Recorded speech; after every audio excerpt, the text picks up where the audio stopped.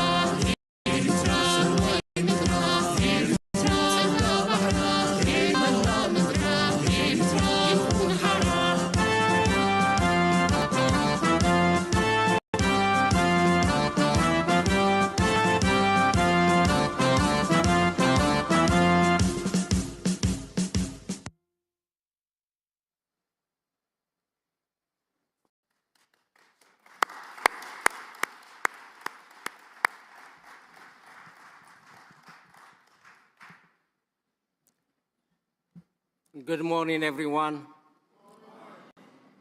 Primarily, I want to thank everyone here. Everybody that came from everywhere. We all have a purpose. We have a reason.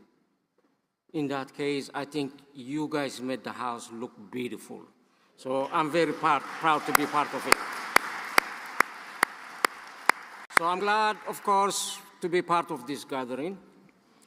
And this is for the announcement or declaration of the Republic of Biafra in Lehigh. But I'm also incredibly proud to be here, not only as a guest, but as a partner, representative, and president of the Eritrean government in exile. I'm here to show solidarity, to support the Biafran movement for independence.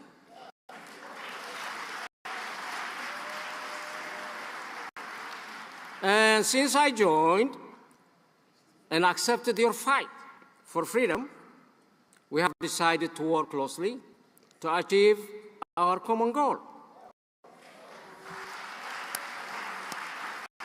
Many of you may have recognized me on social media, making some loud noises. It might not be as loud as Prime Minister's. We also have conducted a joint interview to show the world that we have a bond with the Biafran people which is hard to separate. Well, it is funny today, the Prime Minister is supposed to be here to introduce me, but looking around, where could he be? He's everywhere. He's right here standing with me. He's right there with all of you. So you're all right to say, welcome to Prime Minister.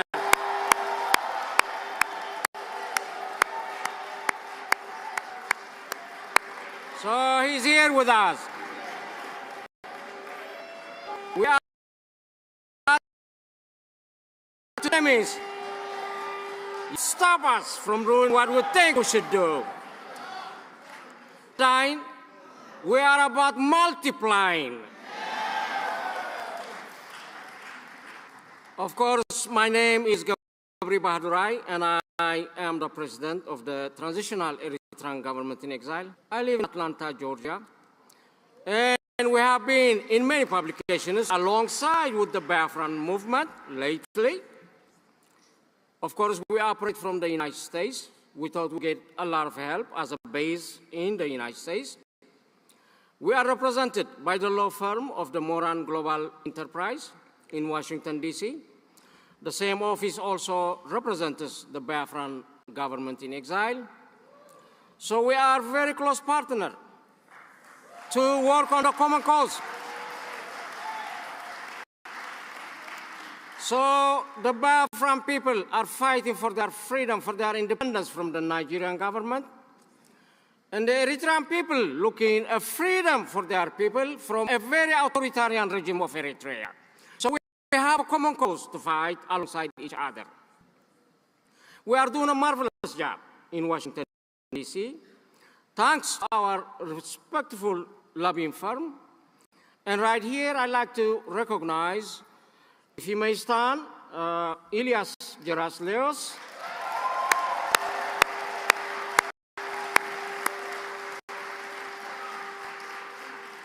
So thanks to them, we received a lot of people, a lot of ears that can listen to both of us. I've been in many meetings alongside with the Biafran government in exile. I can see what kind of job we're doing up there. I think we got the straight line right now. We walk in the straight line where it fits. So we're doing a great job.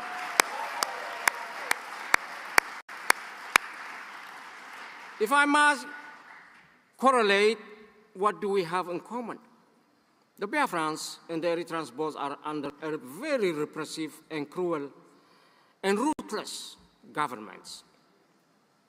Of course, Biafrans won their independence from Nigeria, and as I said, we won our freedom for 30 years, 33 years, of course, with no election, with no constitution, the gross violation of human rights, and we are known as the North Korea of Africa.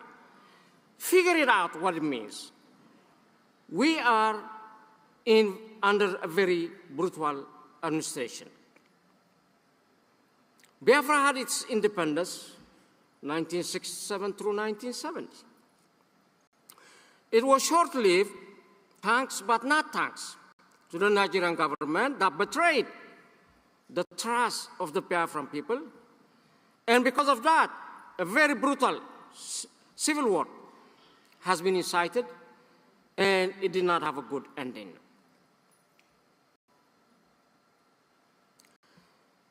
The Biafran people and the Eritrean people, Eritrea gained from Ethiopia after 31 years war, and many lives has been lost on both sides. At birth of our armed struggle, we were called all sorts of names, including we were terrorists.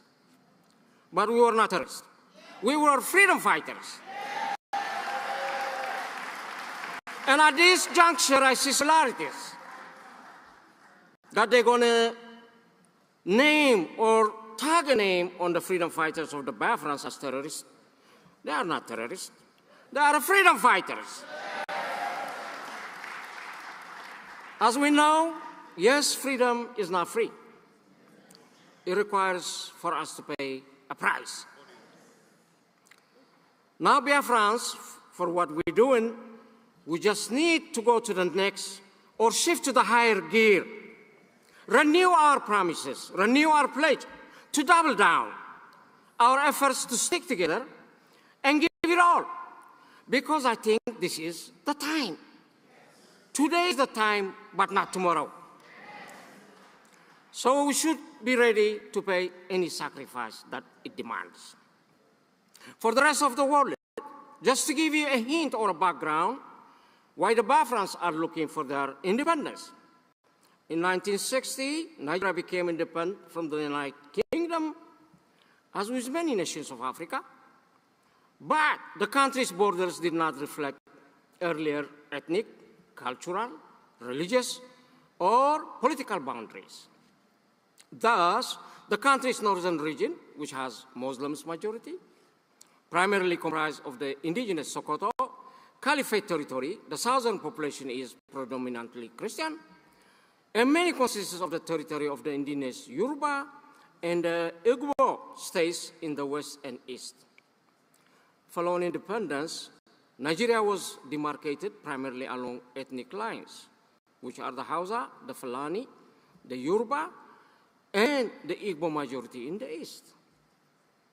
In that time, of course, there was ethnic tensions which simmered in Nigeria during the discussion of the independence. And it led to several ethnic and religious riots. Biafra was partially recognized, actually was fully recognized in that 1967 and 1970. And we had some good friends. That was like Gabon, Haiti, Ivory Coast, Tanzania, and Zambia. These are officially recognized the Biafra nation.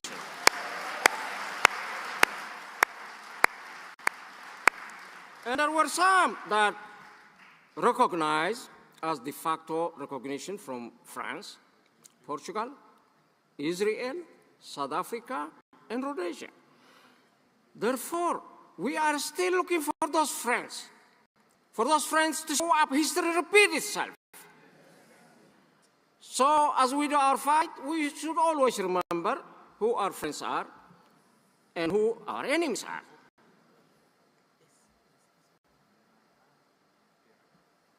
Despite all these crimes by the Nigerian government, the Igbo nationalism, however, it became a solid political and social force after the Civil War.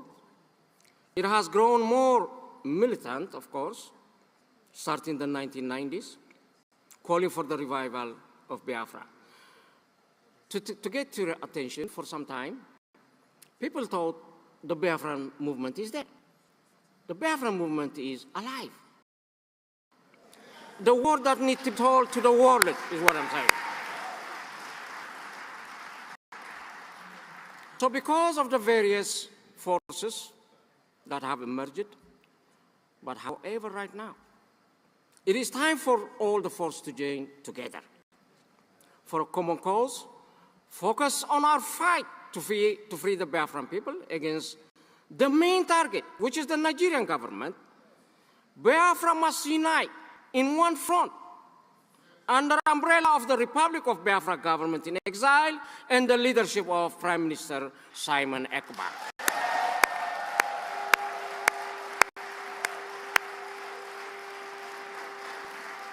Yeah. What happened during this convention? Ooh, I smell some rotten egg. Do I sense some suspicion? Prime Minister Simon is in prison?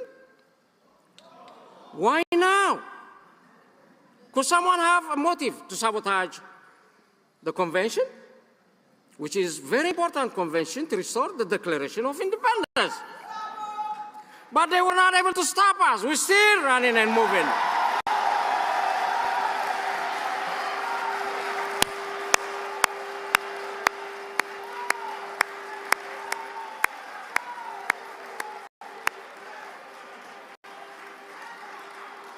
Yes. They need to hear the Biafran voices loud and clear. When you cut one of us, we're not dying. Instead, we are multiplying into hundreds, thousands, and even millions until we reach the destination and the destination of freedom.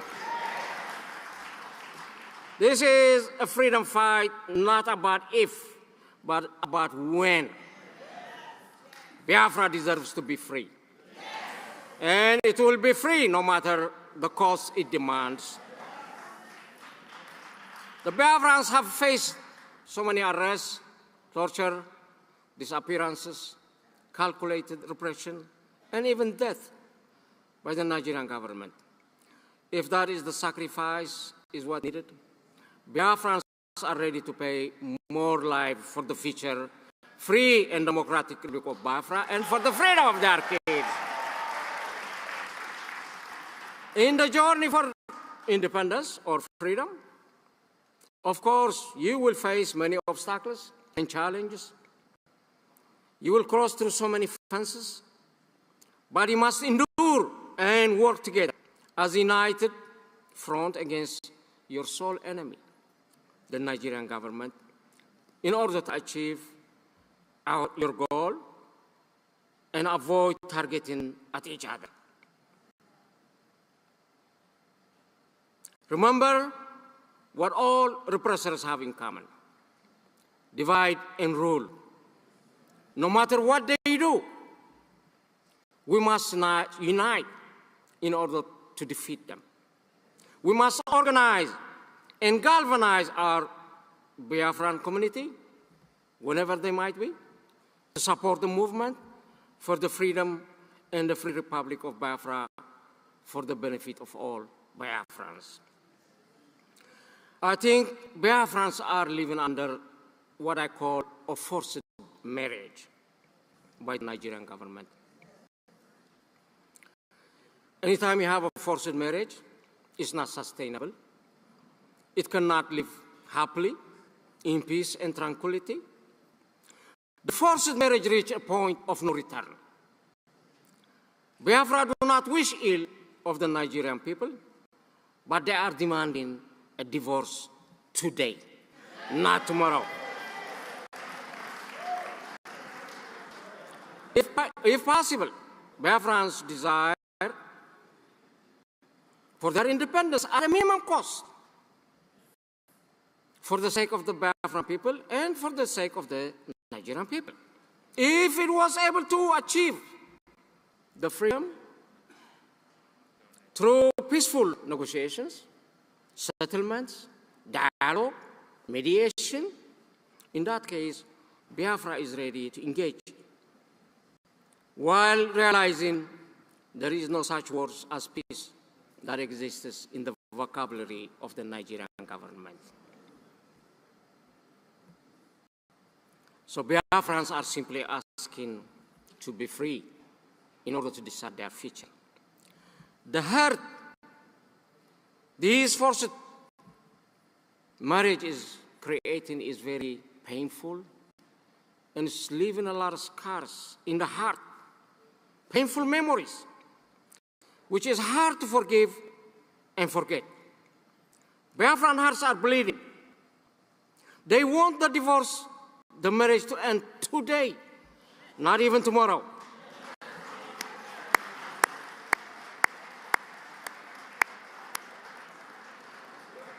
I could not conclude my presentation without explaining and giving you the good news why the Eritrean government is also here at your convention.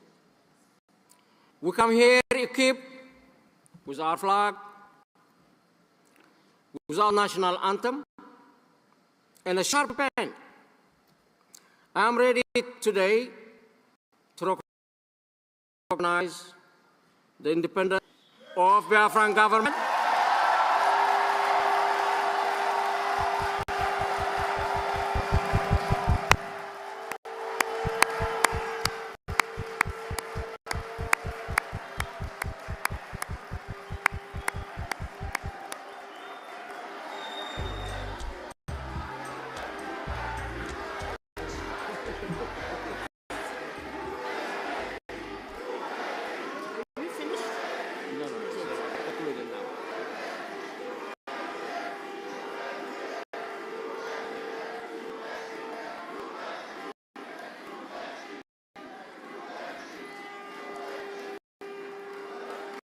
Thank you. Yeah.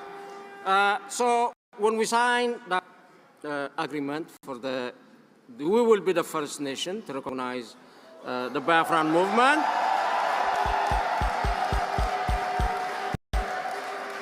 And we ask other friends, other nations to follow suit. This should encourage for the rest to come, support the Biafran nation as the one before. There is nothing to stop them. For God's sake, 80 million population under repression, it is unheard of. So other nations should come and follow suit to support this movement of the Biafran people. We're going to do that. We're going to do that with a stroke of a pen, not a machine gun. So the enemies learn. You can do it peacefully. You can let Biafra free. So what can that accomplish? This even recognition and the Declaration of Independence. The sky is the limit now. The sky is the limit. It is waiting some work from us. With a little bit of diplomacy, yes, we can ask nations, yes, even go to as far as to the United Nations to seek representation. Come to the list as an observer nation, the same they do to the Palestinian nation. So we got a way to go, but it is doable. From here, nobody can stop you. As I finish my speech, I see some glimpse of light at the end of the tunnel. I think it is a light of hope, a light of justice. It is a light of freedom. It is a light of peace. It is a light of love. It is a light of togetherness. It is a light of prosperity. It is a light of happiness. A light of Biafrans going home. And above all, I believe this is a light of an independent Biafran nation. God bless the Republic of Biafra.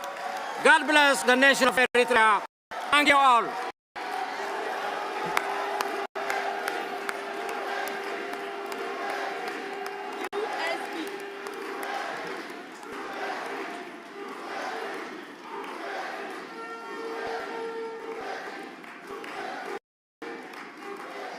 Thank you. Thank you. Thank you. Great Biafrans, we are very much encouraged. We want to thank Eritrean President Biafra for his noble words. Biafra, indeed, we are alive under the Biafra Republic government in exile. And we are going to get this done. Together in a joint force, we are going to focus on who are the problems. And we are going to know that there is nothing more fulfilling than freedom for our people. So without taking much time, I would like us to give another hand of applause to Eritrean President. Thank you so much. USB.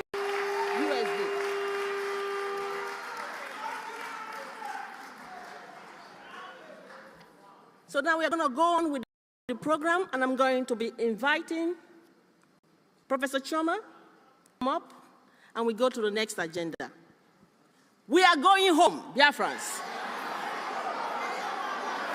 We are going home. Are you all ready?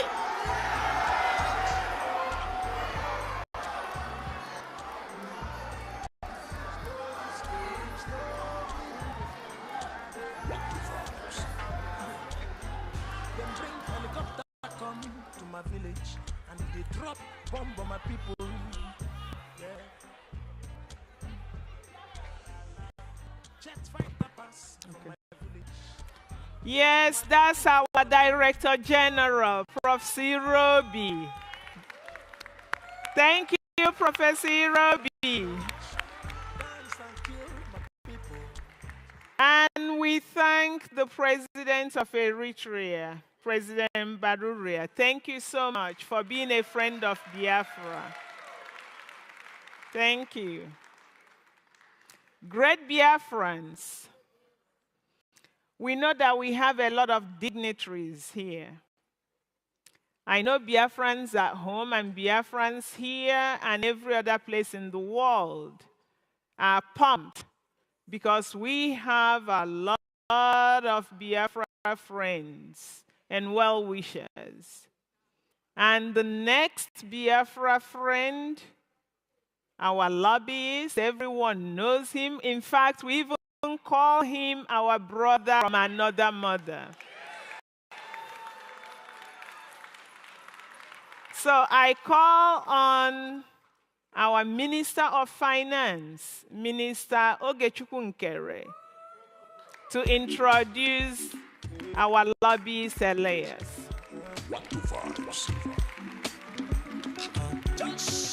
Struggle autopilot until they come out. Someone not the pilot. Go to hell, tell Lisa we know before. Hello, Biafrans. Ogechi, Ogechi, Kama. Ogechi, Ogechi, Kama. Ogechi, Ogechi, Kama. Ogechi, Ogechi, Kama. Thank you, thank you. On behalf of my boss, my Prime Minister, I'm here again on the day 2 of our journey. And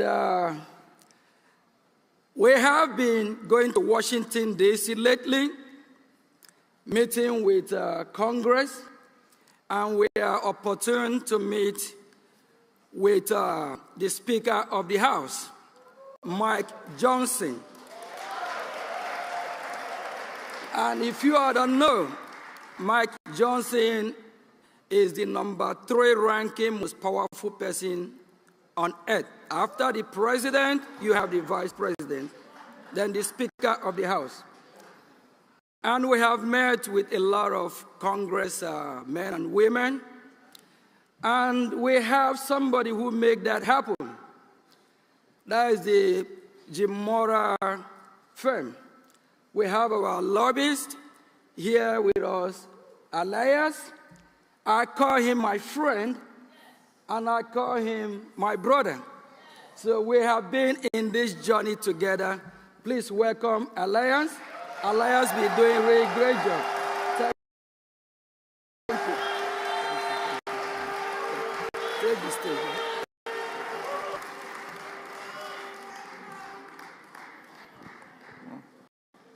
Thank you. Thank you for that very generous introduction from the Minister of Finance. Please give him a round of applause for his tireless dedication to the government, and I appreciate his tremendous support. I also want to provide thanks to the Supreme Leader, Mazi Nnamdi Kanu, to the Prime Minister, His Excellency Simon Ekpa, to the Chief of Staff, Dr. Oro Boezi, and all of the honorable cabinet ministers we have here today.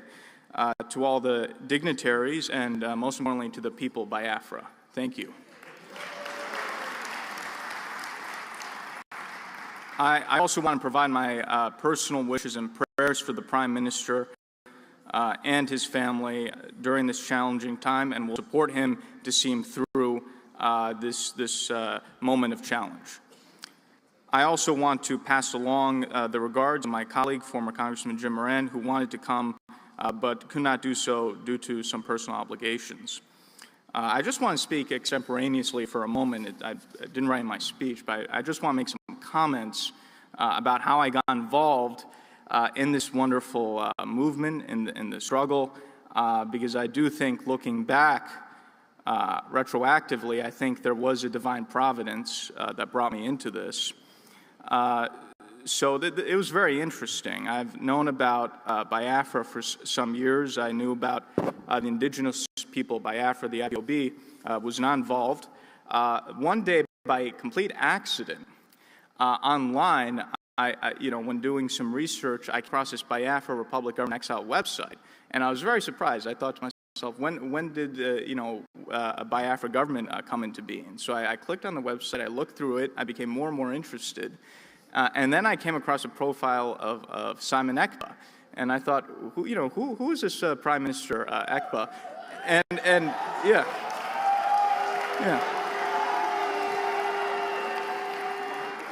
So I became more and more intrigued. I went to his Wikipedia, I read it, talking about all the work he's doing, how he's based in Finland, and I became more and more intrigued. I was like, this is such an interesting person. I have to find out what's going on here.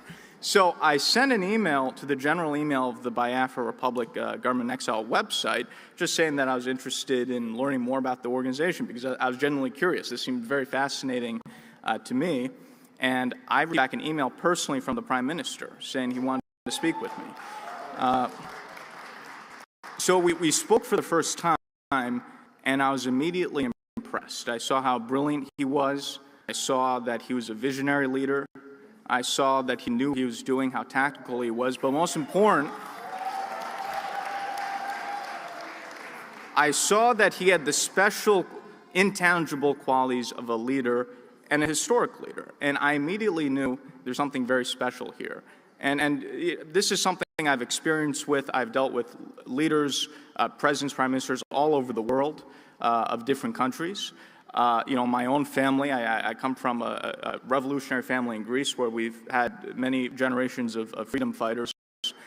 So I have a good instinct when it comes to who has leadership qualities. And I could tell, okay, this person has something very special. And I work with him, I think we could actually achieve what he wants to achieve. Yeah. Yes. So over time, over many months, we developed a very close personal relationship. And also, he saw something in me, and he said, I really want you to get involved in this. I want you to be a part of this cause. And so I began formally my lobbying representation in June this year, and I think in a few months, we've changed the course of history.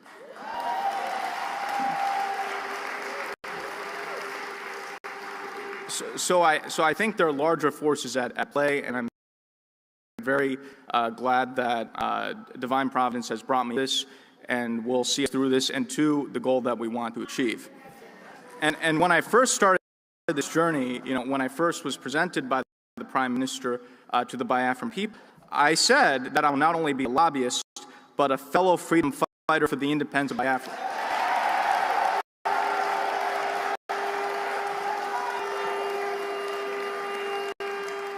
And today, I greet you as victorious independence fighters, because that's what you are. Yeah, my friends, this occasion is an illustrious one that will forever be in our hearts and will be passed along to future posterity as a seminal moment in our great struggle for freedom. The independence of Biafra will not only be a symbol of hope for the continent of Africa, but the entire world. Biafra will be a symbol of pride.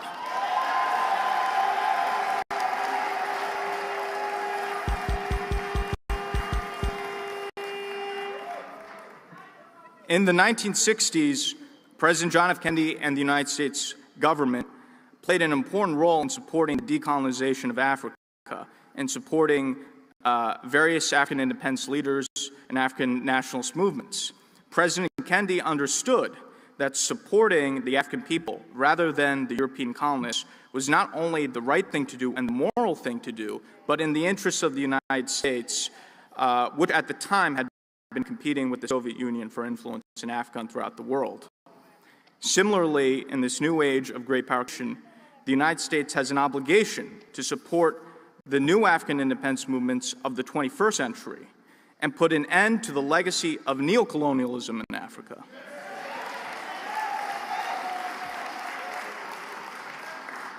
And Nigeria is one of the worst examples of neocolonialism, a failed British project.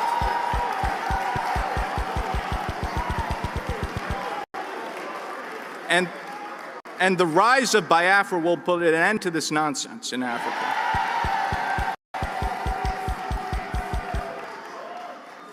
As the Biafran government lobbyist in Washington, D.C., I've taken the Biafran message, or we could even say the Biafran gospel, to the highest levels. We have spoken to the Congress, we have spoken to the think tanks and the makers in Washington. As the finance minister said, we have met with and presented the Biafra Charter to the Speaker of the House of Representatives, Mike Johnson, the third highest level official in the United States government, and we have members of Congress. The results have been overwhelmingly positive.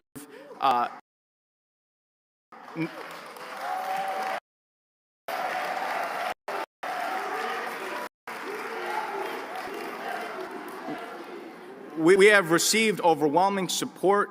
We've already received many commitments. Not a single member of Congress, U.S. official I've met with, have expressed support for Nigeria. So we're on the right track, and we're in a very, very good position as we move into the future. At the convention, we will have speakers from the most prestigious think tanks in Washington, D.C., including the Cato Institute, the American Enterprise Institute, and In Defense of Christians.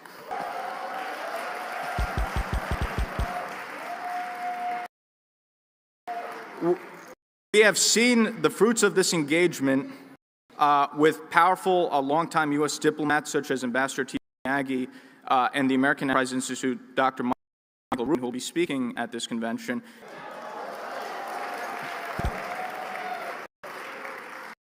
Highlighting plight of the Prime Minister's attention, even critiquing Finland for what's happened, which is very significant. And in fact, there are articles in the news recently talking about the shock that people have about U.S. officials supporting the Prime Minister during the current detention. So this is the impact of what we're doing. In the next upcoming U.S. presidential administration, I believe there will be a number of independent African states or emerging African states which will be have their independence recognized.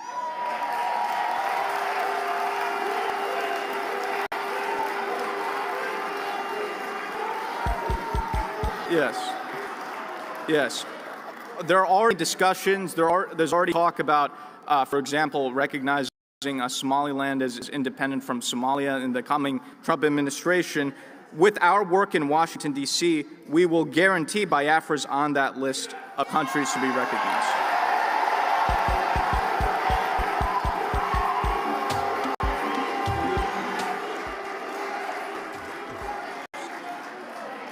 We will achieve U.S. recognition of Biafra.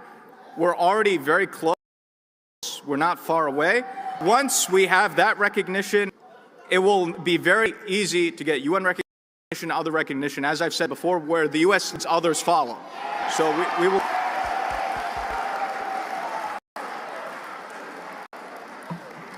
I have also, through my international contacts, interacting with world leaders, have put out feelers about Biafra to other independent states, including in Africa. As you heard, my good friend and my other client, the president of the Eritrean government in exile, recognizes and will be the first country to recognize the United States of Biafra.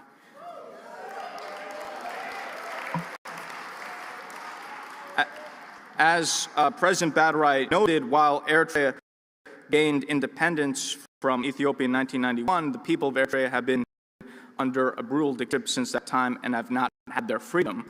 And President Badarai wants to bring freedom and democracy to his people, and it's been an honor to represent his cause in Washington, and he is very strongly supported by our government over the current dictatorship in Eritrea. So his recognition of Biafra is very significant. And I believe through what he's doing, through other contacts we're making, I think we can get recognition for Biafra from other states in Africa and other countries as well. So we'll be having a lot of conversations outside the U.S. government with other governments that are sympathetic, and I think we can make a lot of international progress.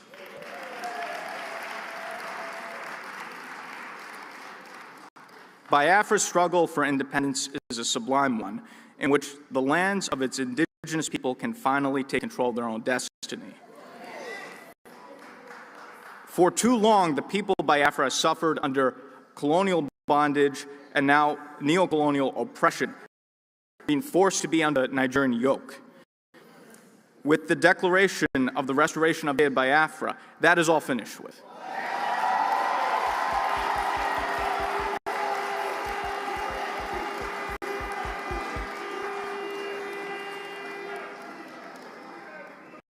Let us strive to create a new nation which will serve its people and be an example to the world.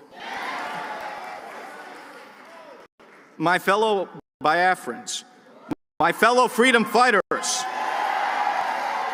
long live independence, long live an independent and sovereign Biafra. Thank you.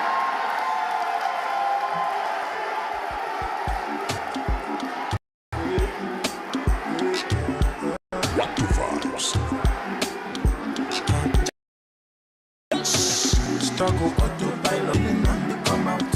Simon happy pilot. Go to hell, tell Elisa we no give up. Put Charlie for call, tell and say we conquer. Now what destiny we want to save Africa. Freedom and restoration. If you don't get mine, come up, but when you collect woto. Oppression, Python dance, it no stop us. I make you still us. People hunger, no reach us. They kidnap and the jail and steal for us. Yes, everywhere from Nigeria don't rocket. We put the struggle to pilot. Nigerians they complain, say hunger too much, say suffer too much. But my people gallant, 10 billion thanks to Imojuku, Namdi Kanu, Simon Egg, all in Biafra. Amen, hallelujah. Amen, hallelujah. Amen, hallelujah. yeah. Freedom to Africa, yeah. Bye bye to Nigeria.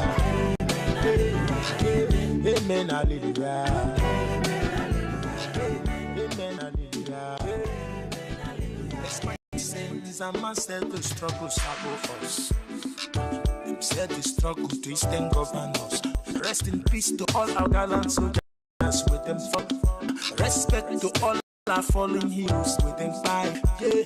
Despite all the realization, tribulation, we still stand out. Even as they get support from United Nations, repeating nations, ISIS and Arabic nations, we still sing that freedom song. Oh yeah. Everywhere for Nigeria, rocket. We put Nigerians, they come here. Say hunger much, say suffer too much. But my people gallant. 10 billion thanks to Timoju, Namdi Kano, Simon Heka, all in Biafra. Amen, hallelujah. Amen, hallelujah. Amen, hallelujah. Biafra, when independence. Freedom to Africa.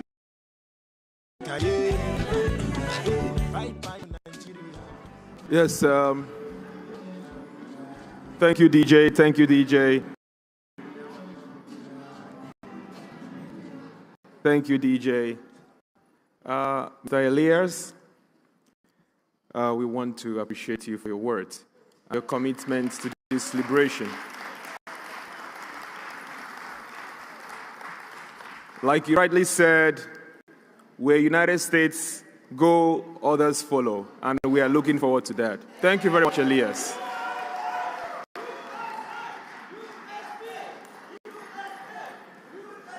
Our next agenda on the list is a presentation by the chairperson of the Biafra Business Department, no other person than Honorable Bridget Wajay. Please come up to the stage. Thank you.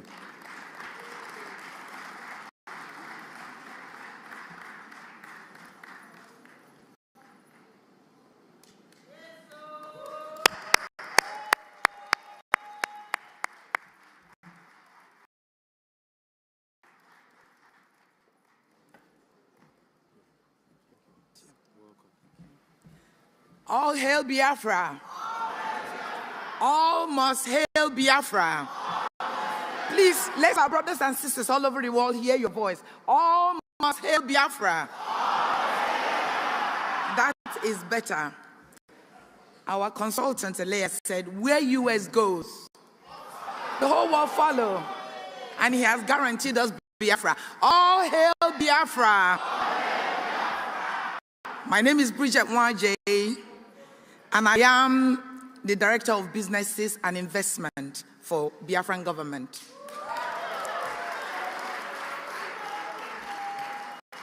And I am here as the chair of the business team. And so I'd like to welcome all of you, every one of you that is here. You have made history, all of you. For your family, all of you. You have made history for your village, all of you. You have made history for our homeland, all of you. Even those that are in the bush protecting us from going, you have made history for them. It is you that matters. Without you here, there is no declaration. So open your mouth and say, all hail Biafra. All must hail Biafra. What our grandfathers couldn't do, what our grandmothers couldn't do, what our ancestors couldn't do, we have done it today. Where US goes. Excellent. I would like to offer my greetings to our leader, Right Honorable Mazen Nnamdi Kanu, who started all of this. He laid the foundation. So wherever he is, we salute him and we bless him and we tell him that he will come out, because now we've got Biafra. I would also like to extend my greeting to the Right Honorable Simon Ekpa. He's actually watching us. He's actually watching us. He's actually monitoring us. He's actually encouraging us. He wants all of you to be strong. He wants all of you to be comforted.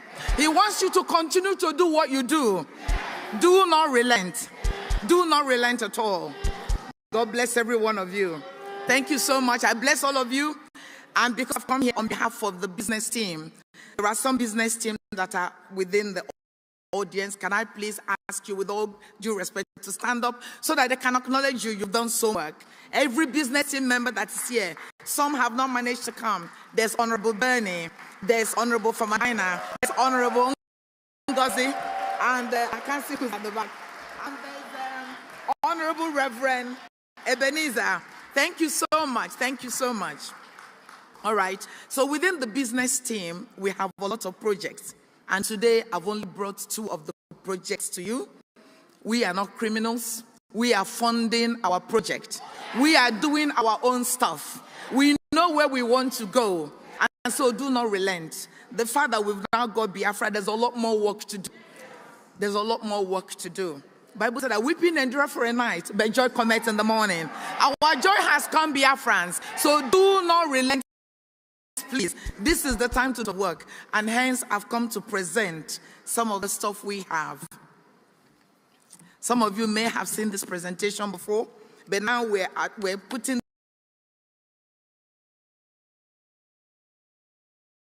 this from point. There are people who were doubting, but now to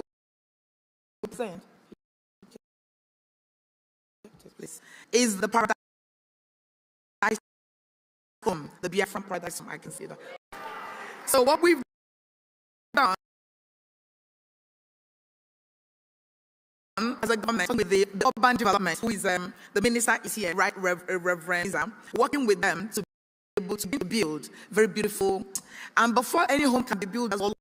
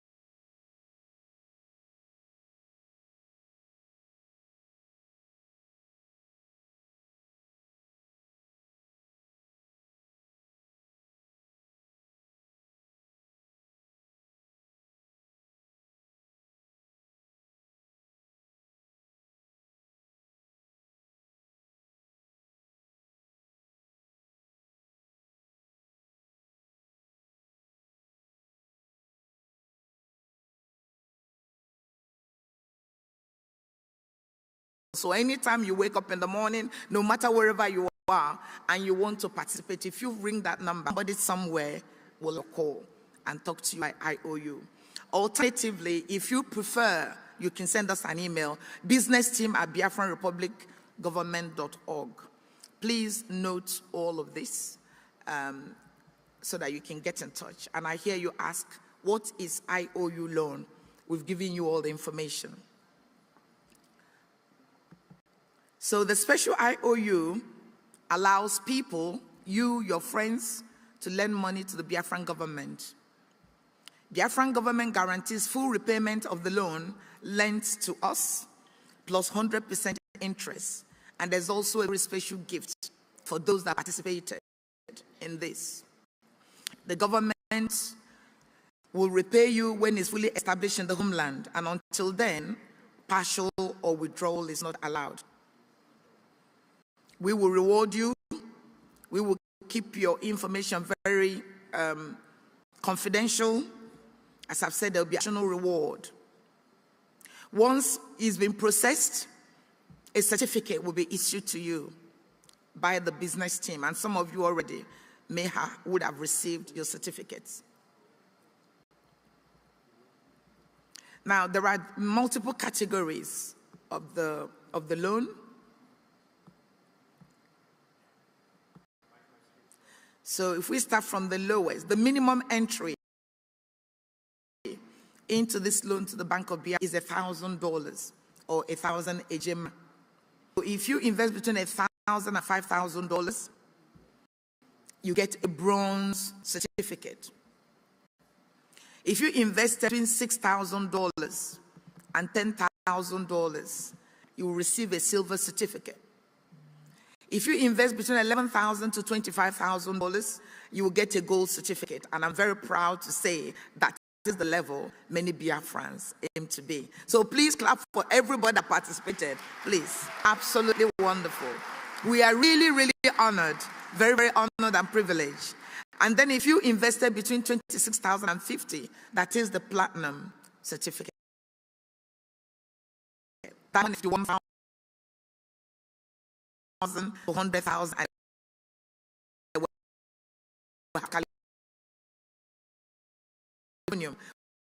there are Biafrans who are all. Please give them a clap. That is fun. This is what we will. God bless everyone who participated, and I hope others after this declaration will participate. Now, the next level is so those are the categories, and then what are the credit requirement? When Famadina and the Honorable Famadina brought this idea to the business team, we wanted to sell it as a bond. As you all know, bond has so much issues around it, and that's why we've called this a special IO loan. So it's very different from bond, and therefore we restricted it to Biafrans, and either by birth or by marriage. We've also restricted it to the friends and supporters of Biafra. The credit 18 years of age, and yes, are allowed to purchase multiple IOUs. When does it mature? The loan matures. All IOUs will mature when film is restored. And the Biafran government is fully established in the homeland. And until then, partial withdrawal is not permitted. So when you go online, all those information are there for you. And then we've given you the steps, step 1 and step 2 and step 3 and step 4. All those things are the things I've already just covered. And then once all of that is done, that is a very simple form. Your details, who is your next of kin, are you a Biafran, your address, all your details are there on the form. And then if you have more than one next of kin, you need to complete that information. And again, the helpline is there if you prefer for somebody to support you, please give us a call. And again, we've repeated the categories to enable you to understand. And then you'll ask you, how much do you want to give? And when you click that whole category, of how much you choose to. And then you choose your means of payment. Are you paying by PayPal, Wire? All the payments are there. Are you paying by third party? Third party is where you give money to somebody to make the payment on your behalf. And once all of that is done, you need to acknowledge and accept. I hereby acknowledge that I read, I understood, and I agree to all the terms and conditions of this IOU loan contract. The act of document, submitting this document, constitutes full and acceptance of this contract. And then you check it there, and once you've checked it, you submit. As soon as you submit, a copy of the form will automatically hit you, and that's it. And then within 10 working, all goes well, the certificate will be issued to you. And then you just select this key, and you make your payment. Dear Biafrans, we do need your support. Biafra needs your support. It isn't just about the declaration. It's beyond today. It's what you do, how you support us, will make us pay our consultants and so many other consultants. There are lawyers, international lawyers, we need to bring on board more than our brother Elias. If you pay him, we get him to coordinate. It's only your money that can help us to do this. So I appeal to everybody, both here and at home and abroad. We do need your support at this stage. Please participate in an IOU. Please purchase the property. Even some people who have actually invested in the property, that have invested in IOU, are elected for that money to be put towards their property. So whichever combination you want to do, get in touch with us. Thank you all. All hail Biafra. All hail Biafra. Thank you so much.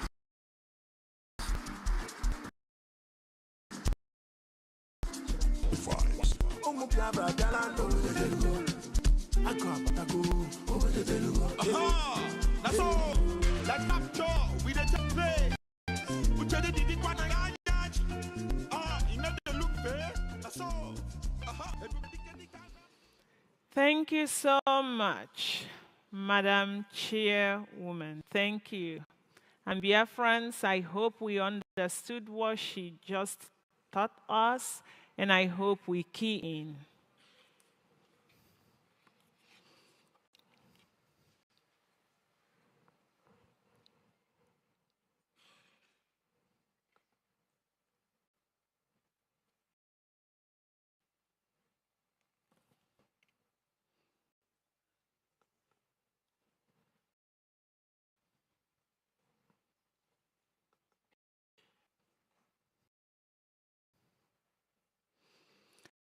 All right.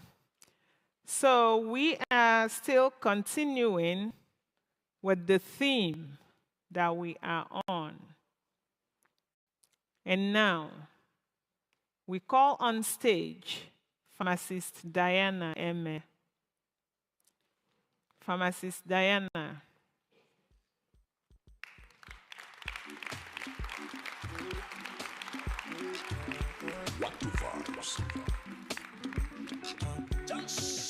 Struggle autopilot until they come out. Simon not the pilot. Go to hell, tell Elisa we know before.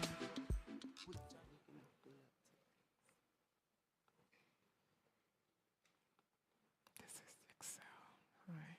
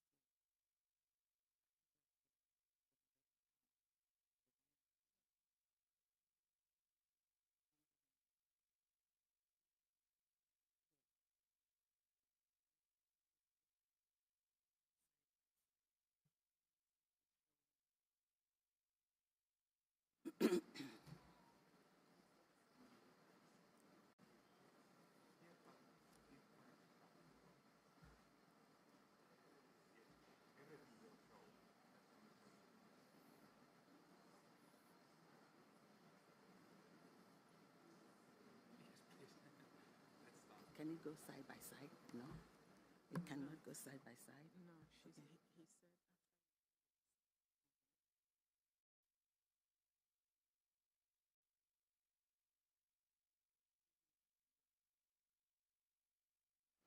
Greetings, brothers and sisters, brethren, friends of Biafra, supporters all over the world.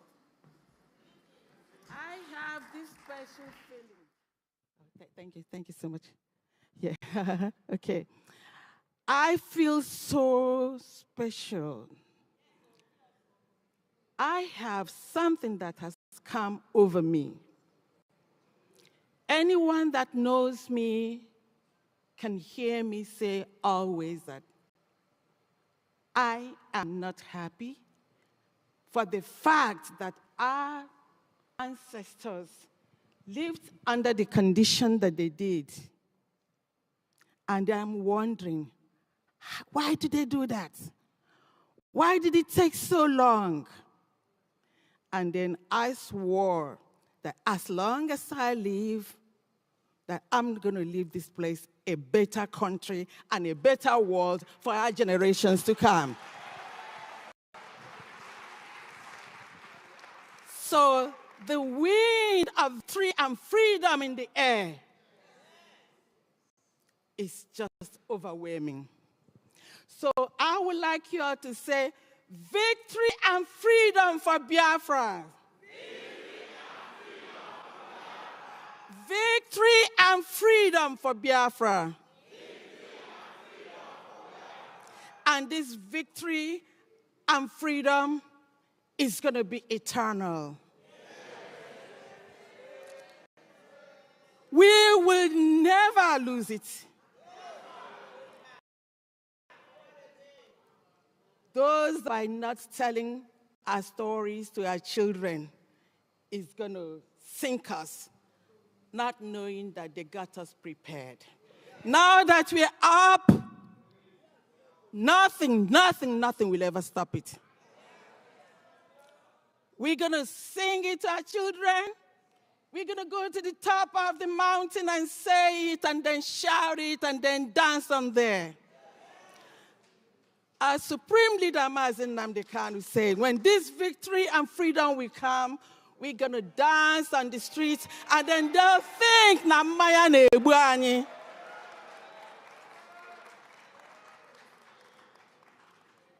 It's going to be eternal. And we will do everything to protect it. Getting the victory and freedom is just a part of it. The bigger thing is coming. Like I say all the time, I get Worogadan, Jerry, up to work. Freedom must be funded. It must be funded because anaha abaka achwehi. If we do not fund it, then we may not be able to defend it. Getting it is one thing, and defending it is the greater thing. And that's why the IOU and everything that we're doing here to help us generate some finance to fund our freedom and to defend it. So on that, I'm going to call on, I'd like to acknowledge and call on Father Anthony Agowa. Father Anthony Agowa, are you here, please? Is he here? Father Anthony Agowa. Father Anthony Agowa, if you're here, please can you stand up and let's acknowledge you. Actually, I would like you to come up to the stage, Father Agowa, please, if you can.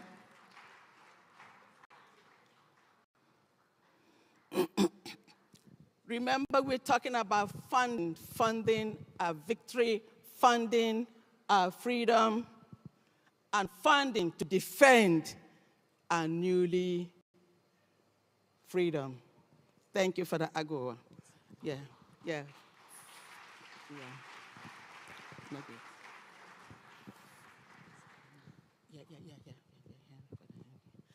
In talking about this freedom, Father Henry Agowa came up with an idea Actually, I wasn't in the country when he brought this up.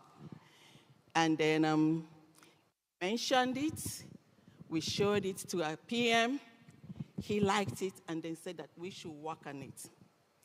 Even though it was a very short-term project, just 2 months. But the PM said we should, go into it, even if it's a test project. Father Agowa actually, can I give you this to say a little thing? Do you want to say something about how it came about? I'm going to let Father Agowa tell us the background or the basics of this Biafra Freedom Raffle. Thank you.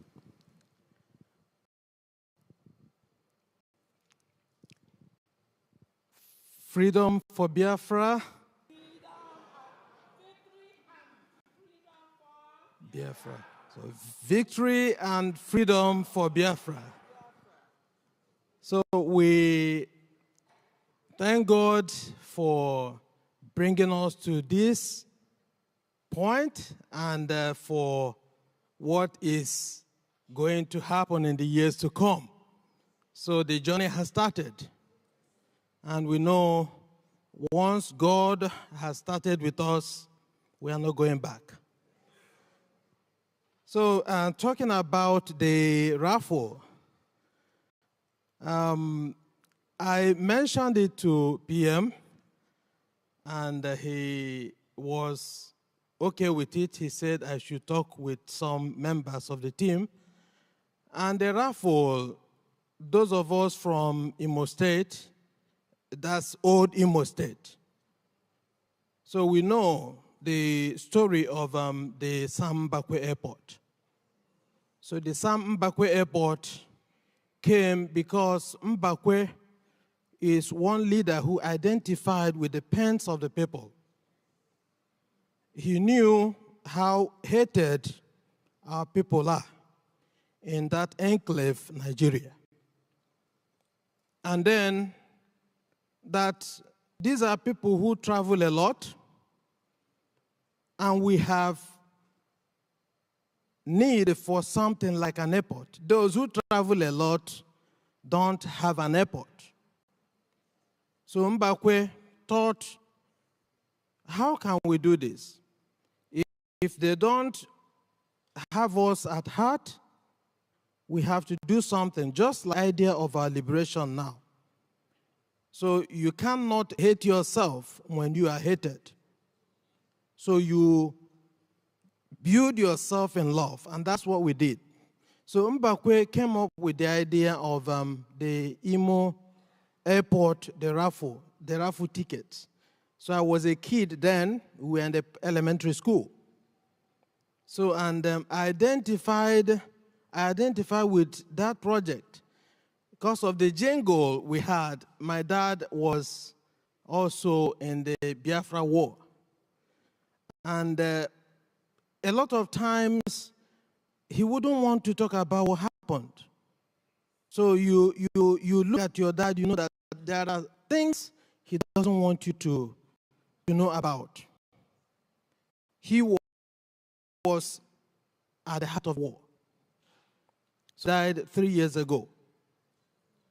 So the idea of the raffle draw was, so Mbakwe now coordinated. We have to raise the money within. And we have to get everyone involved, even kids. And then the idea of the raffle draw came. And I still remember the jingle. You know, as little kids, when anything gets into the mouth of the kids, so it sells to the community. So the song then is Imo Airport here, Imo Airport here, Imo Airport here, Imo Airport onyo wola tinyaka ya kanyi jeno ya ehi na enweghị ọdụ na chi ya na-egburu ya iji. So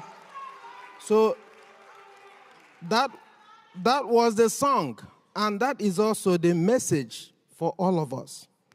So the freedom is in your hands. It is in our hands. And it is our collaboration, our contributions that will lead us to what we dream for. So, and then that's what the idea of the raffle, we said, he did it, we got an airport. If all of us contribute too, by buying the tickets, by supporting the raffle for the liberation of Biafra, we will get our dream as quick as possible. So that's the idea of the raffle draw. Thank you. Yeah, thank you for the AGOA. Thank you. And one thing he forgot to mention is the symbolism of the $20 raffle. Remember, after the 1967 to 1970 war, what we were given, our parents were given, was only bet 20 naira, right? Yeah. 20 pounds, I'm sorry. So that's the symbolism. And then we decided, now we're going to do this for $20, and this $20 is going to be for victory, and it's going to be for freedom, and it's a win. All right? Okay. So here, we're going to play this raffle now. We're going to do the drawing. You know, the British government is known for its transparency.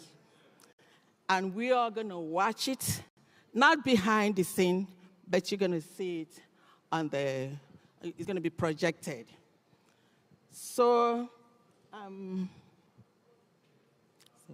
this thing. Okay, here, we're going to start from number 2, the generator. Let me come.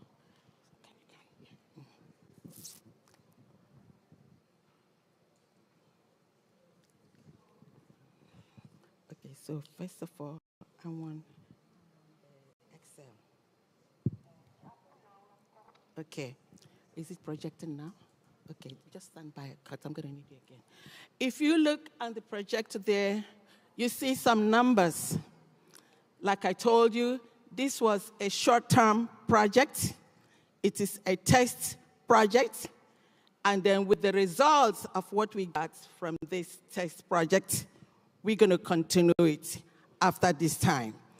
And me, you, and everyone going to have to key in. We have to play this raffle, because when you play, you win. If you don't even play, you still win. It's our freedom, right? It's for our freedom. We call it Biafra Freedom Raffle, or Biafra Raffle Freedom. So that's what it is. So here, if you look at there, you're going to see, like I said, 2 months. And then within that 2 months, a lot was also achieved. So you see the names of the people. You're going to see the player's name. You see the phone number. And then you see their email. Those that played this raffle, all you needed was just your email. You can also even go there as a guest. You don't have to put anything. It's your email and then your credit card or your gift card. So with this, we're going to do what is called, random. So the email address to be removed because they have Okay. So just take this in there. Okay, thank you. That's good, because that's what we're going to. You may not even show. Let me just show you the random generator. But we're going to use this so that That's good. Yeah, that's good. So while you watch, we're going to do what is called random generator. The random generator generates numbers. We have list of names and then the number of tickets that you bought. I remember a lot of people ask me that they bought 10 tickets or they bought 1,000 tickets and all they have just one receipt. Yes, that one receipt is in here. It's going to come up 12 times if you bought 12 tickets. If you bought 1 ticket, it's going to come up 1 time. If you bought 10 tickets, it's going to come 10 times. So you have 10 times, chances for you to win. So now we're going to put the minimum random number and then the maximum. And then we are going to watch it.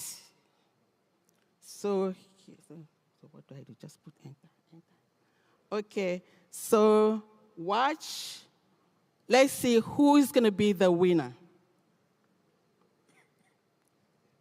Number 452. 452. Now let's go to the Excel. Number 452.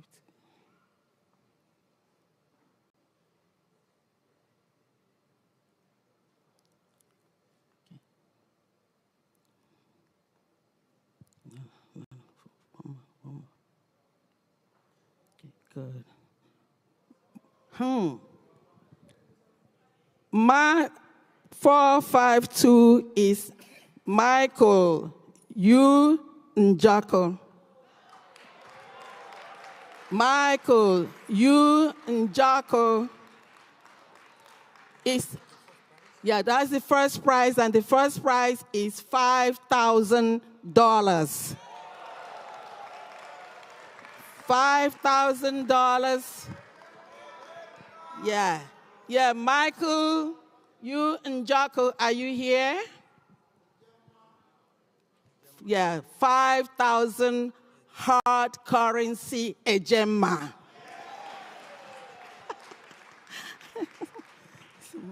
Okay, so we're gonna do the second one. So we're gonna put another. Yeah, we're gonna put another number. So it seems like Michael, you, Ndoku is now here, and then we're going to find a way to contact him. So let's do another generation, number generation. Yeah, just enter. Number 65. 65, and that's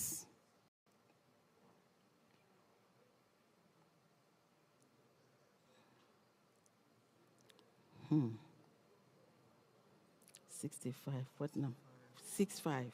Is it 65? Mm-hmm. That's the next one. Yeah. 64? So this is 65. Yes. 65. Okay. Bellaria Circle. No. It's Florida. Ebuano, Florida. The player is Ebuano. Woo! So we have a winner. Ebuano. Yeah. So that's the second winner, and that's 3,000 hard currency ejema. So the next one. The next one.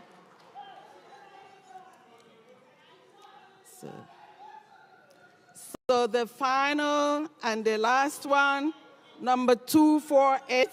So yeah, come. 248. 248.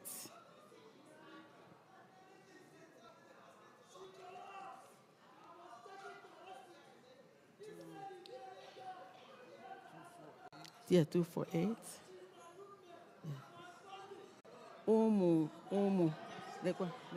Yeah, 248. Umu. Eri. Areli. Yeah.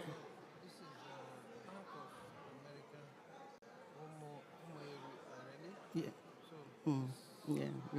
I say, it's no name, but I say, Umu, Eri, and Areli.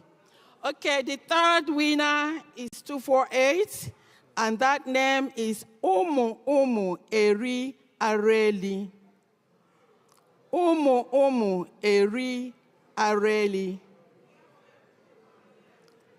And the prize is 2,000 hard currency Ejema.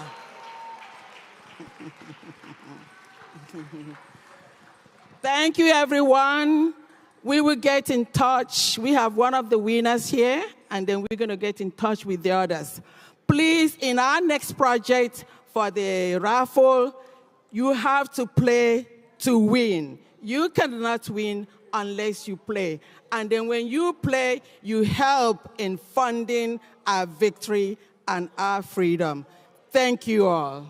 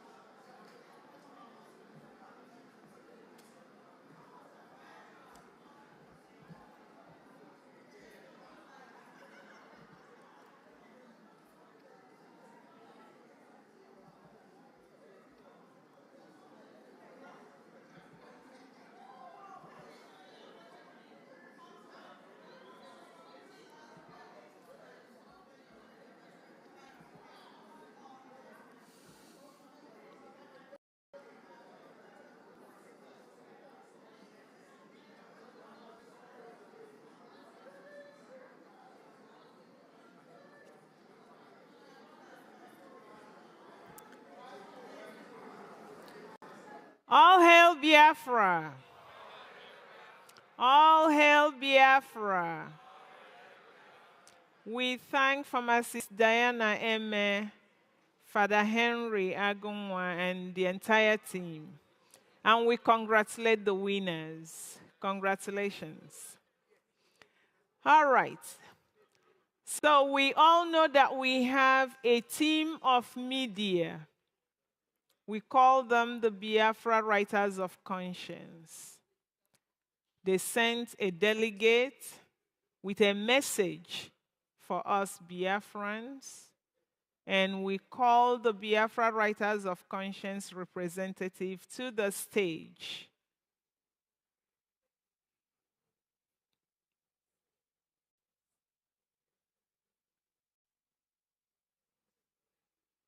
Mr. Simon, are you here?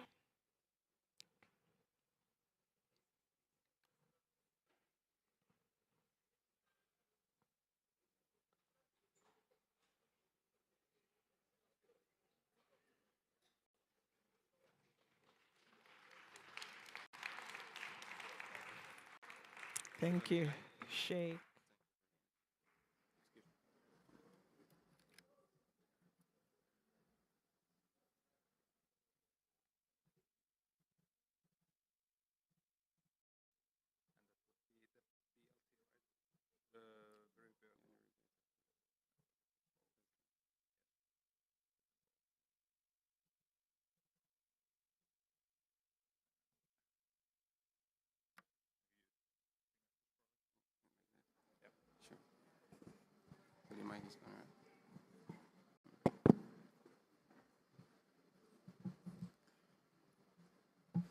Good afternoon, great Biafrans.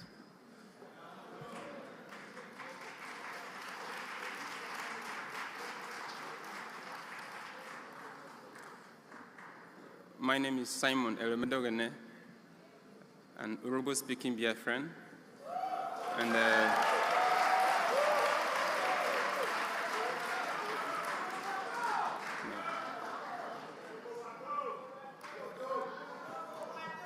what do I do?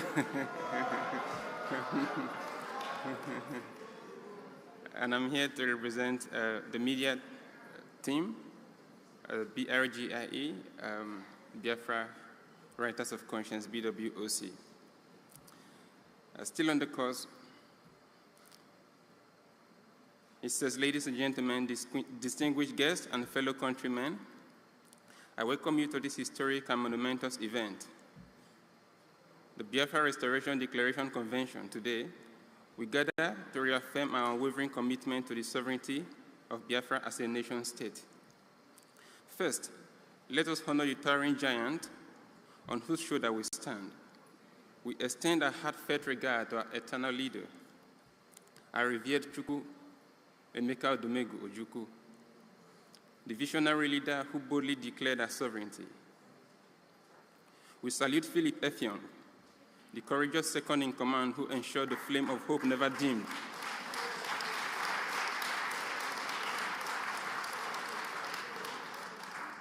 We recognize Ralph Wazirike, the torchbearer who reignited the quest for Biafra against overwhelming odds. We celebrate our leader, Mazi Nnamdi Kanu,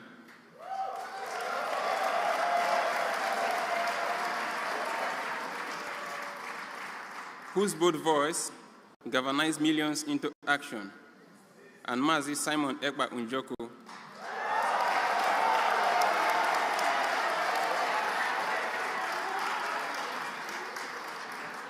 the relentless fighter who continues the struggle with unwavering courage and tenacity, the one who has united us today.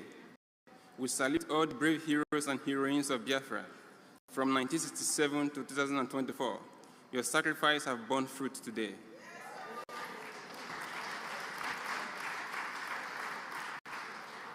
To the members of the Biafra Writers of Conscience BWOC, your sacrifices are incredibly etched into the annals of history.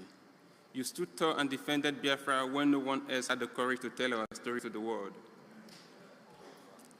It is sobering to reflect that even before many of us were born, the seed of oppression against the Biafran people was sown. The artificial creation of Nigeria by the British colonial officer Frederick Lugard marked the beginning of the relentless campaign to subjugate and erase the identity of Biafra. Reports from the global human rights organizations, Amnesty International, the United Nations Working Group, and others have laid bare the atrocity committed against us. State-sponsored terrorism, enforced disappearances, illegal detention, and a corrupt judiciary who perpetuated a reign of terror. The Northern Nigerian Caliphate, driven by insatiable hunger of dominance, seek to uproot us from the ancestral land that belongs to us, forcing us into internally displaced persons camp, otherwise known as IDPs. They aim to exploit our resources while establishing a caliphate on our soil, a diabolical scheme supported by the state-sponsored terrorists masquerading as military forces. Let the world hear this clearly. The survival of Nigeria, in its current form, is an existential threat to Biafrans and a catalyst for the unchecked spread of terrorism across Africa.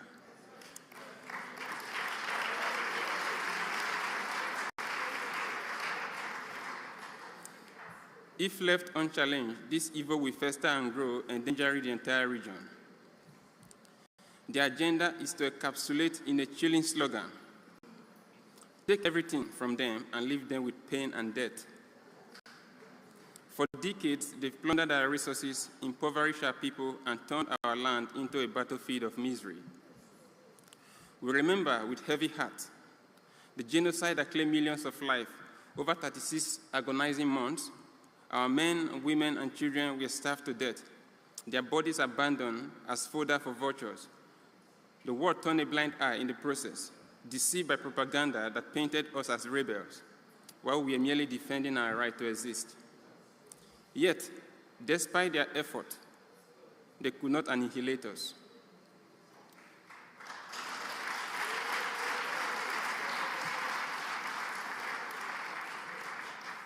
We are the descendants of survivors, and today we proclaim the unwavering resolve. We will not accept a life of subjugation. Our destiny is sovereignty. Our right to exist is non-negotiable.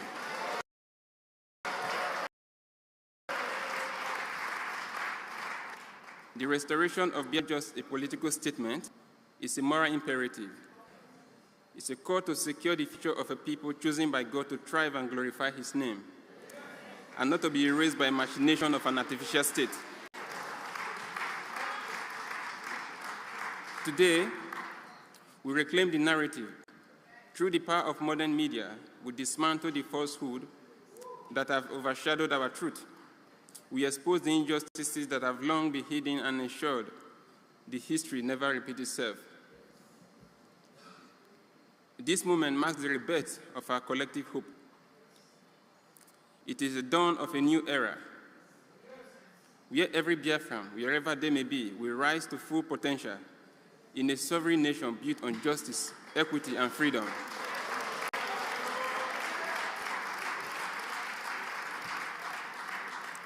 We are the children of resilience.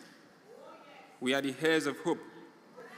And today we declare that the restoration of Biafra is not merely a dream, it is a destiny that is fulfilled.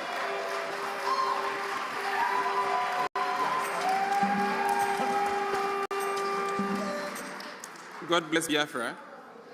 God bless the heroes and heroines of our struggle. And may He grant us the strength to see the vision through to total fruition. Long live the sovereign, independent United States of Biafra.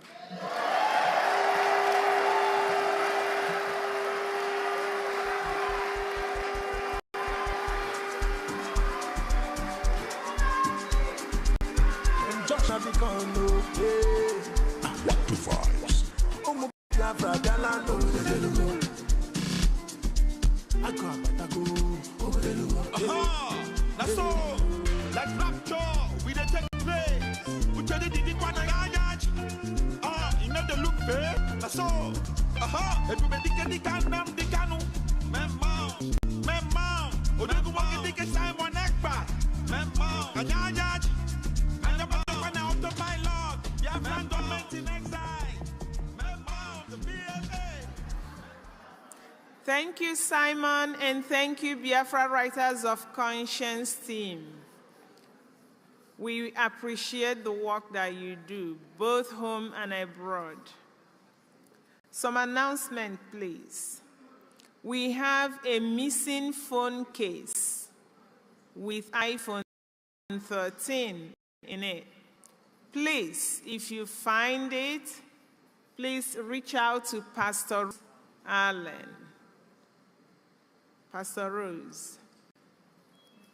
And all, please, you are reminded to keep your phone silenced while the procedures are going on. So if you find the phone in a phone case, please reach out to Pastor Rose. She lost her phone. Thank you.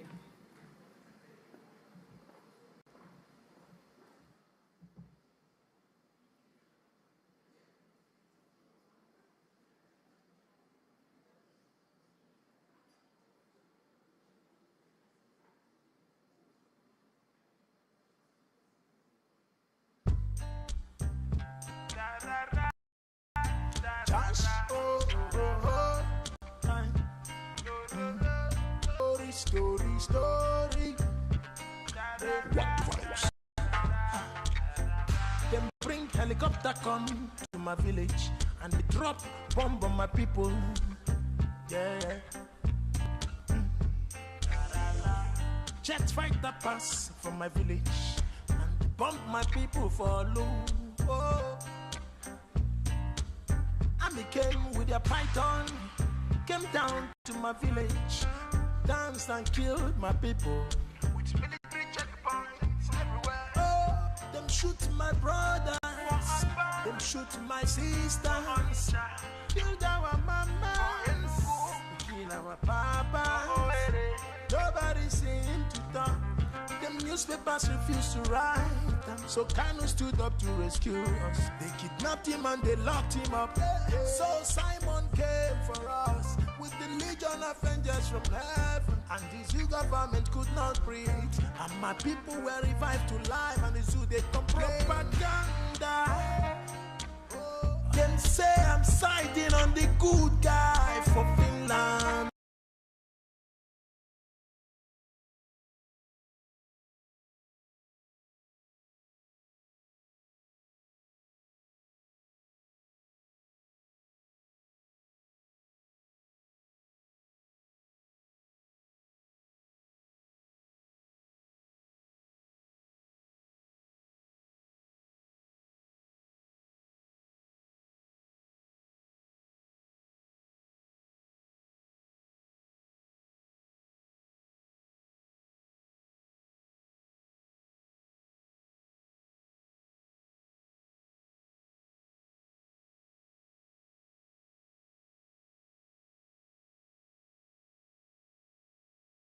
they climb, yeah, yeah.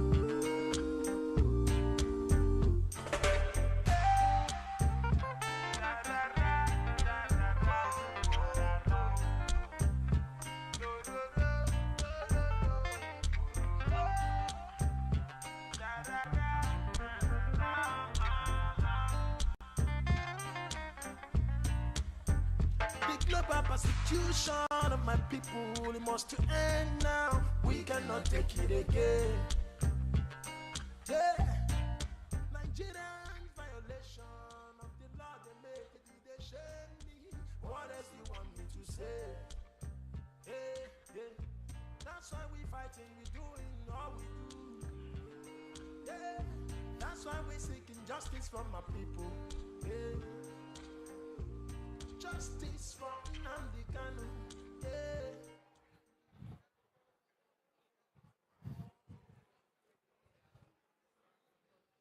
All hail Biafra. All hail Biafra. Now, it is our honor, our collective honor, to welcome Michael Rubin from the American Enterprise Institute to talk to us about issues relating our freedom. Welcome, Michael. Thank you very much. Let me begin by saying... Recording in progress. Let me begin by saying Biafra exists. Biafra exists.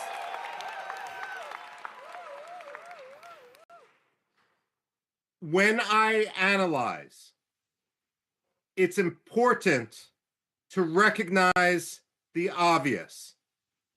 It's willful blindness to embrace some of the excuses which the West uses to avoid discussing the autonomy, the freedom, the liberty, and the independence of Biafra.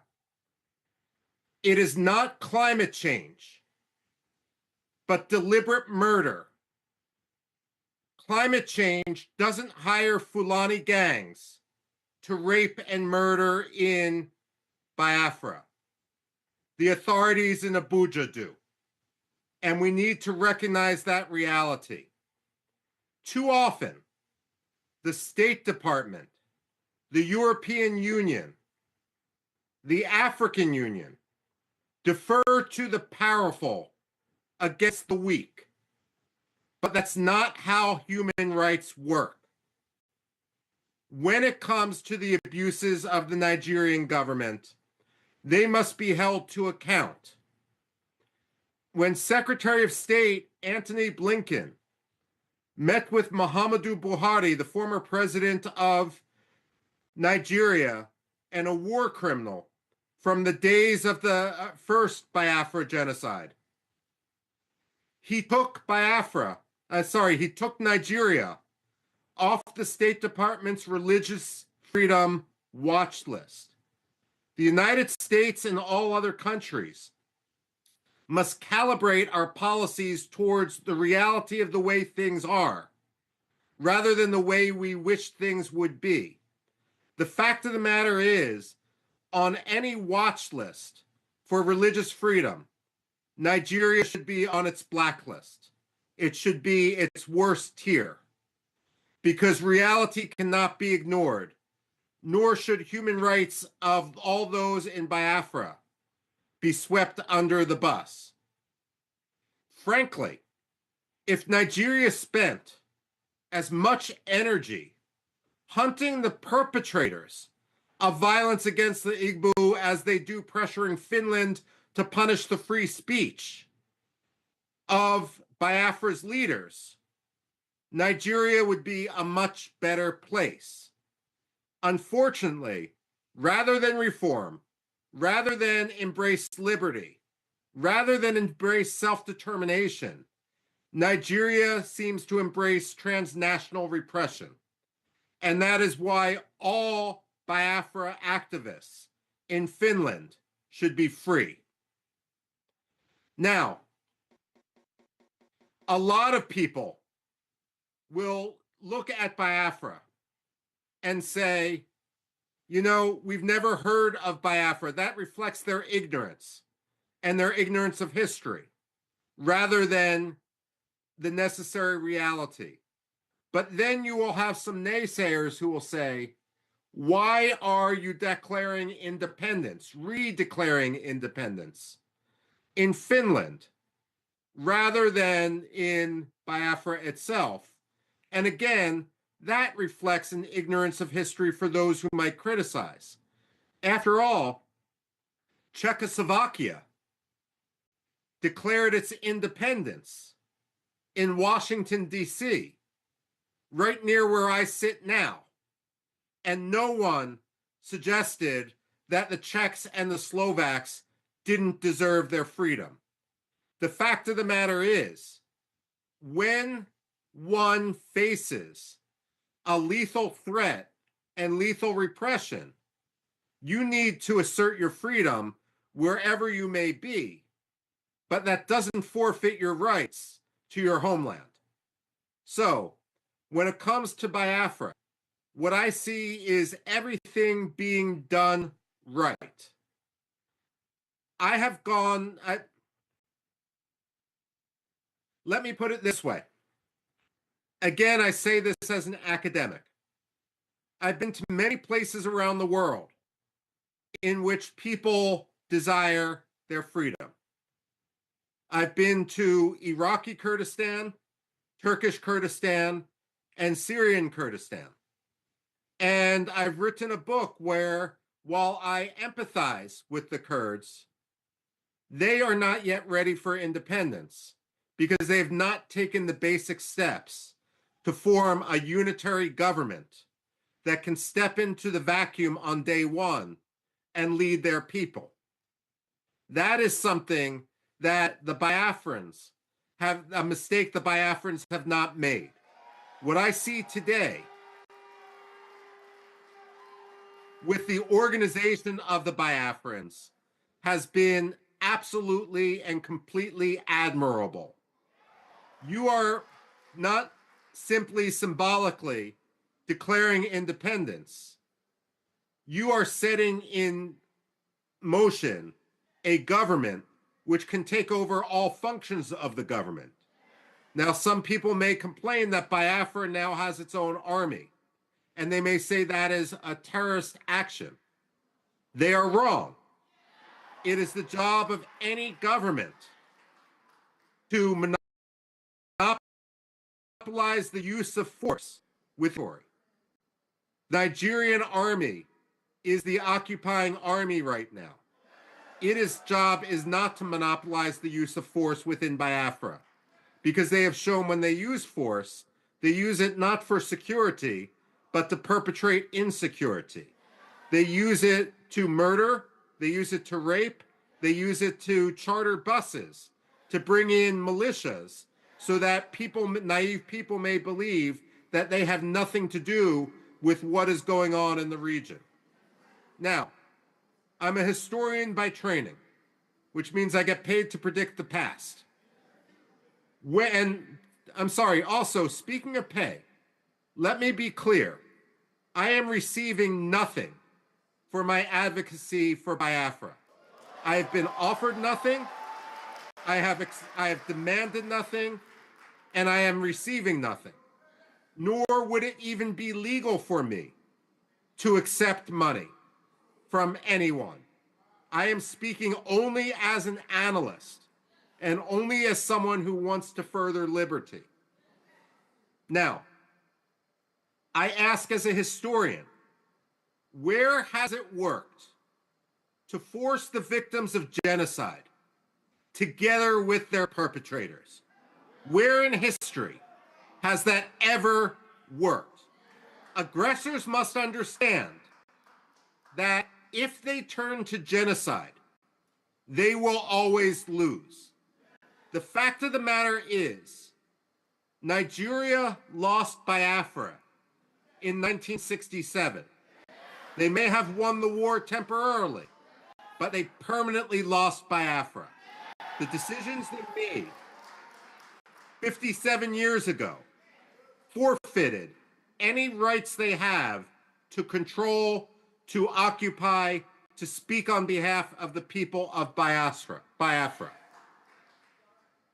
Let me conclude by saying, as an analyst again, I don't think the United States will be the first country to recognize Biafra. But I pray that it won't be the third country either.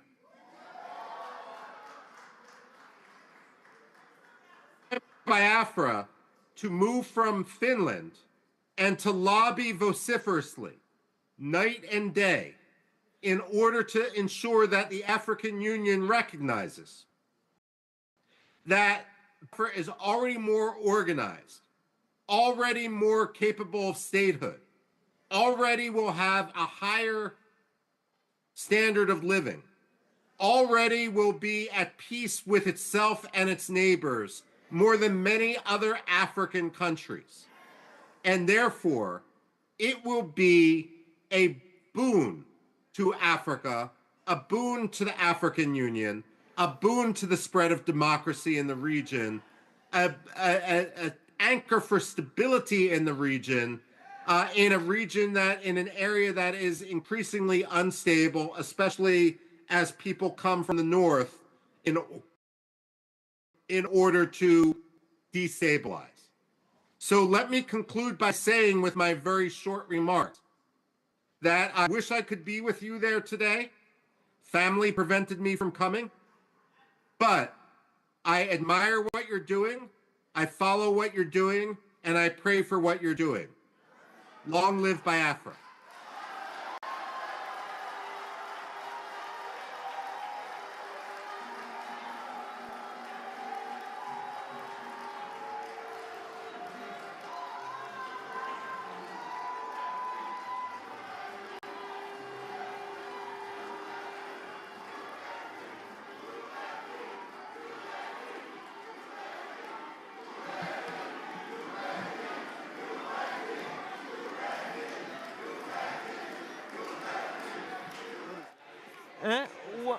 I think Abu Wagazie, yeah. It's okay, now. Okay. Would there be questions for Michael? Let me ask. Hey, Michael, thank you so much. Thank you. Thank you so much. I am sure that they are listening. I am sure that the West is listening. Michael, I am sure the White House is listening. So, Michael, are you open to take one or two questions? If not... Yes, absolutely. Okay, thank you. So, does anyone have a serious question for Mr. Michael?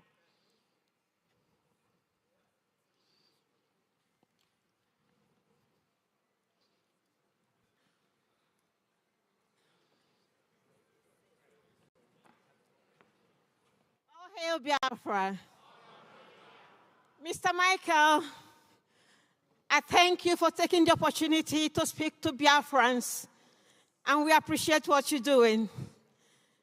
My question is, have you had a cup of tea with Donald Trump this morning? I've had a cup of tea, but that's all. We need to know.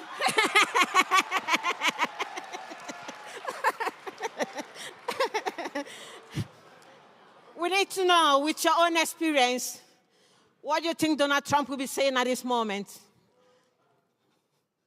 Let me put it this way. Personnel is policy. Donald Trump is the president, but what matters are those who will be staffing him at the Undersecretary of State for Africa level, at the National Security Council, and the Pentagon. That is who also in the Senate Foreign Relations Committee separately. That is who needs to be lobbied if the Biafrans are going to convince the United States. Quite frankly, American attention right now is on China, it's on Russia, it's on Israel. It behooves the Biafrans to make sure that Biafra gets the headlines for the right reasons. If I may, and this isn't an either or, the Somalilanders have been at this for years and have made tremendous strides. You can jump over much of the preliminary work they have done to make your case. And given the Biafran diaspora in the United States, given the talent, given how vocal they are going to be your ambassadors. And so I do think it is possible that the United States will eventually see the light. Frankly, I don't think it's possible to go backwards. No. But as Winston Churchill once said, the United States always does the right thing. They just try everything else first. It's important to get through that process much quicker. Thank you very much. Sorry, I didn't introduce myself. My name is Sister Dominica Oleune. I'm from Olo State. Thank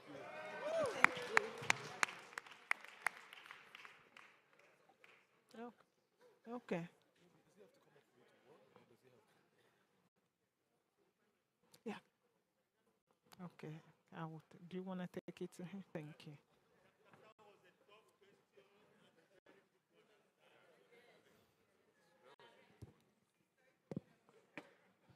I'm sorry, I wanted to stay down because I thought I was very tall, but let me climb up here. I want to thank the Biafran government in exile for bringing Ambazonia team here today. This is a wonderful opportunity. My legs are shaking, and I want to say it's a pleasure to have met and listened to Mr. Michael. In fact, I don't just know, I'm pumping out. And I want to make him to understand that Biafra and Ambazonia are seismic twins. I'm seeing him here. I was looking there. All right. Hello. Yeah, they are seismic twins. And I just want to ask you if you've also made some research on the genocide La République du Cameroon is emitting in Ambazonia, with a scorched earth policy, burning of villages, amputation, burning of fathers and mothers in their houses. And if that is done, that would be a very, very great thing for me to take home today. And hail Biafra. Thank you very much. I am aware of the situation. I'm aware of the fighting between the Francophones and the Anglophones.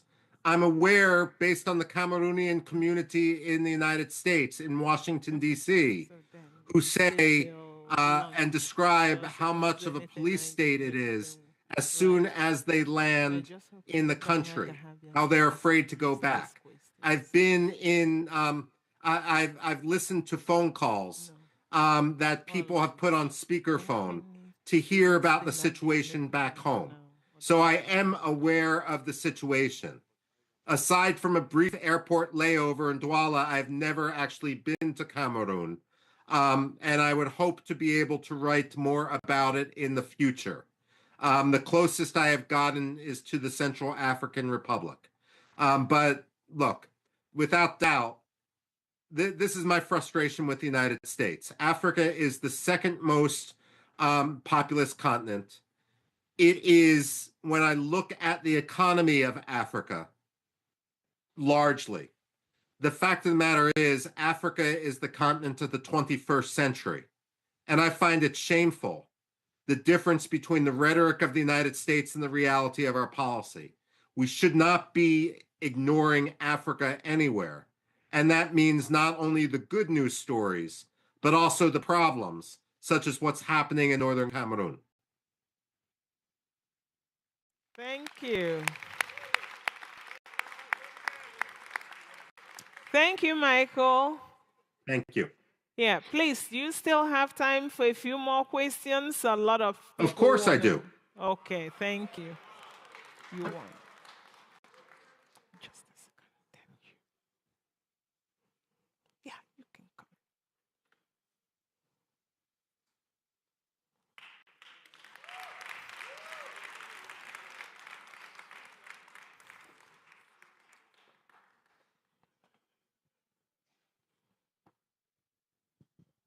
Good day, Michael. Good day. How are you doing? Very good, thank you. My name is Dr. Ngozi Orobweze. I am the Chief of Staff to the United States of Biafra.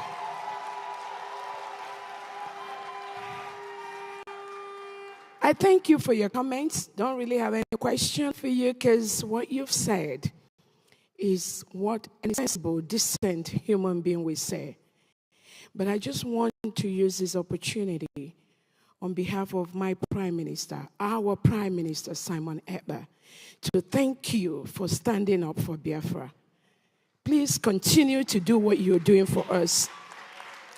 Biafrans and generations unborn will be very, very kind to you. That's all I need to say. Thank you so much. Thank you so much, and I pray that we will be able to see him in person soon. Free from Finnish prison. Thank you.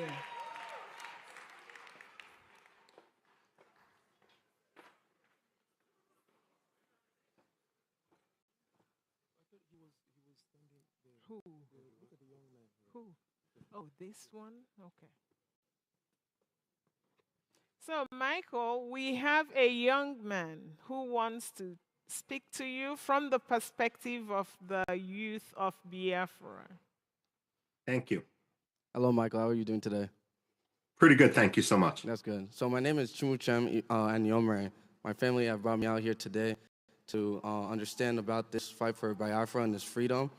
And my question is there any way or any advice that you can give to us to be able to, influence the other young students or young people who want to try and at least contribute or try and help out spreading the word and trying to get a lot of people to get involved with this freedom for our Biafra and everything? Yes, my advice is always write, and write. But don't write simply for the Biafran community. You're writing for people who already agree with you. You want to write specifically for non-Biafrans. You want to write people that disagree with you.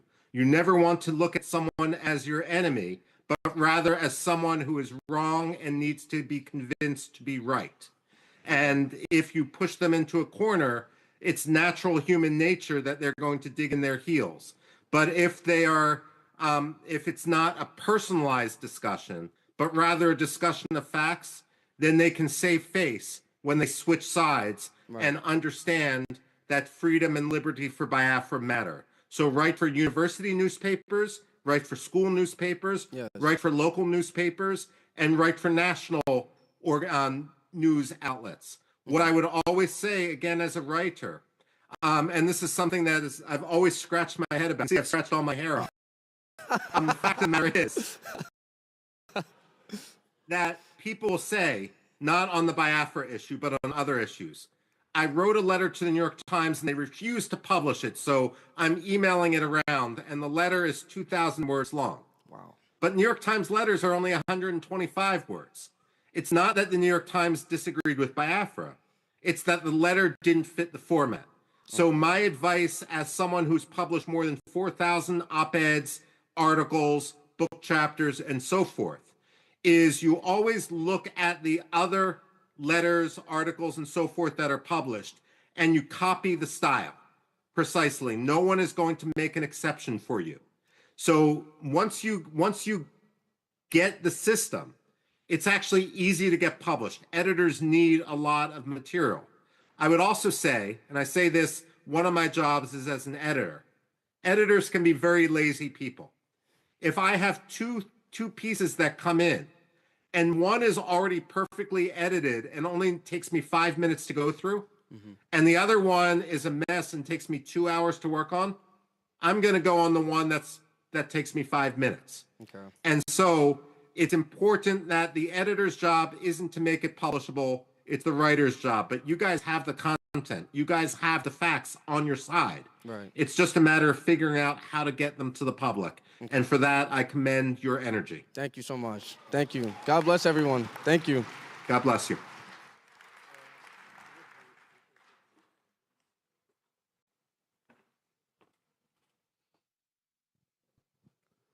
Thank you, Mr. Michael, for your support.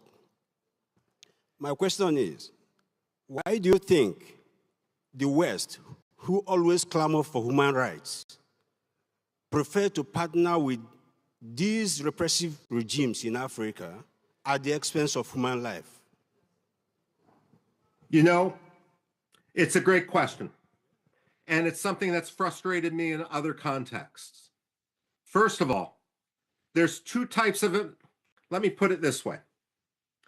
When George Shultz was the United States Secretary of State under Ronald Reagan, whenever a new US ambassador would be nominated to go to a different country, George Shultz invited him into his office on the 7th floor of the State Department. And he had your country.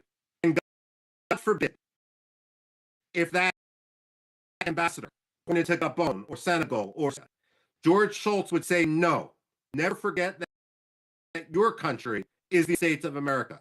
The point of this is that some ambassadors believe that they are successful if they have good relations with the country to which they are sent. But that's not the job of the ambassador to make the president, prime minister, or dictator. It's the job of the president to advocate for United States national, argue that United States national interests are at their strongest when they are backed by liberal and moral clarity, rather than have an ambassador who simply wants to have good personal relations with an undemocratic leader and therefore endorses undemocratic things or ignores real problems. It's essential that we stand with moral clarity, even if it makes for an uncomfortable meeting.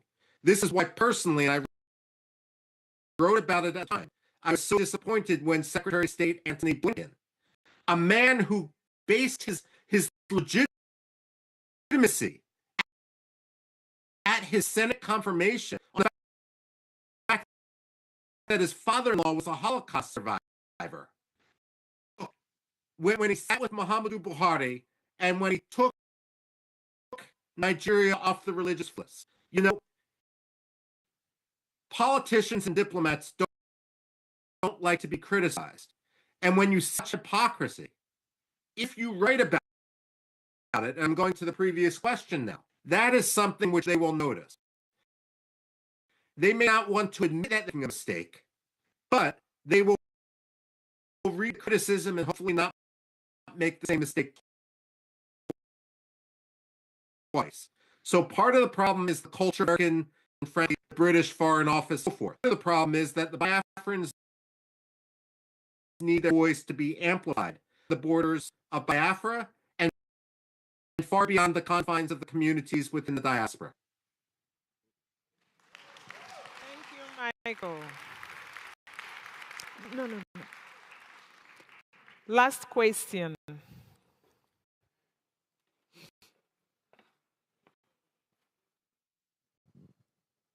Thank you, Michael. Thank you. Yeah, we really appreciate you. I have two questions for you. Okay. Yes. Can you please promise Biafran people that you will keep exposing the Nigerian government and keep exposing the atrocity, and you do the best you can to write up more ever you can to speed up the release of our leader, our Prime Minister Mazi Simon Ekpa, which I call my boss. I came across one of your tweets. That was really good. We appreciate you. Please promise the Biafran people that you keep helping us in fighting our cause. We look up to you and we believe that you know what we are fighting for. And we really appreciate you. And can Biafran people hear from you, can we hold you accountable with your word that you will? Yes. The short answer is yes. The longer answer is the American Enterprise Institute is a nonprofit. I am given the authority to write about whatever I want. There is no pay to play. I am not a lobbyist. I accept no money for my writing. I write based on the principle of what I see with an effort driven only by me to pursue and to try to change American policy to what I, and therefore, when it comes to me, you don't need to worry about any contract running out or anything like that. That's not why I'm involved. And again, I will never accept any money from a Nigerian. I will never accept any money from a Biafran. I will never accept any money from a lobbyist. I'm doing this because it's right, and therefore I will continue to do it. It's a publish or perish world for an academic, and I'm hooked on the Biafran cause. Thank you. More again, Congressman Jim Moran, which I know you know, and he's our lobby, and we actually have an alliance here with us as well. Can you as well promise Biafrans that you will work closely, I know, with your, what you're doing, and Congressman Moran and alliance, they'll be doing a good job, that you work closely with them as well, justice for Biafran people. Thank you. If I may just say, I've testified in Congress before Jim Moran when he was in Congress. And the congressman and I disagree on everything. It wasn't a pleasant hearing for me, and it may not have been a pleasant hearing for him. But, you know, sometimes principle unites. And whatever disagreements we may have on other issues, they don't extend to Biafra. And it's a pleasure to work with wherever one can find them on any side of the aisle. Biafra should not be a partisan cause in the United States. It should be a cause of principle, and therefore I know that we will continue to work towards a common goal when it comes to justice and freedom and liberty for Biafra. I commend Jim Moran for what he's been doing because partisanship doesn't come into play with it. Thank you very much.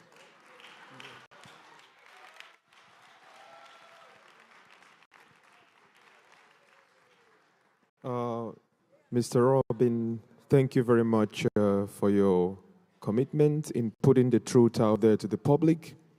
On behalf of the Prime Minister, as the government representative in Europe, and I also live in Finland here, in your own words, what would you tell the Finnish authorities right now in regards to the allegations of incitement by our Honorable Prime Minister? You know, Finland's got to be on the right side of history. Finland especially should live its status, its claim, as the country on earth. That Freedom House ranked it as.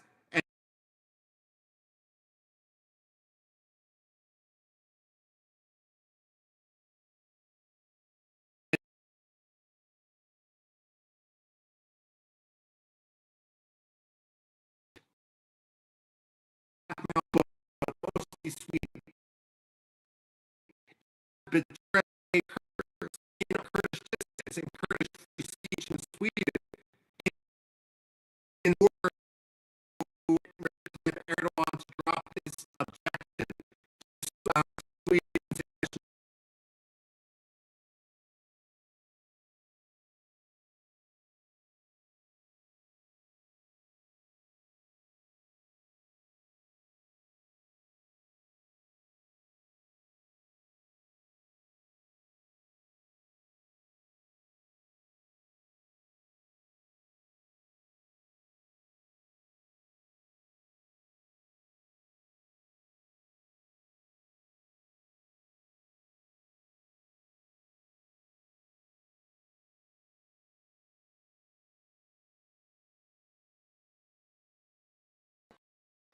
Thank you so much.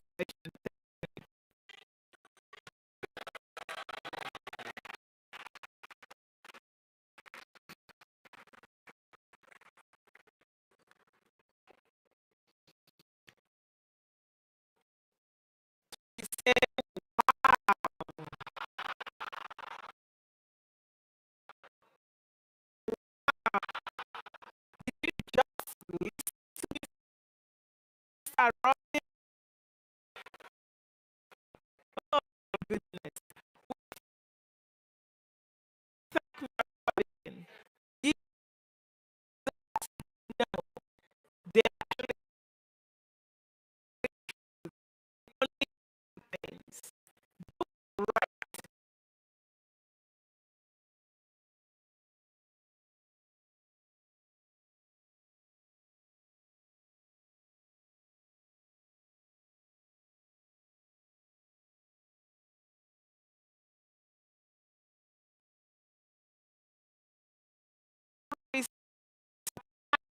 Right.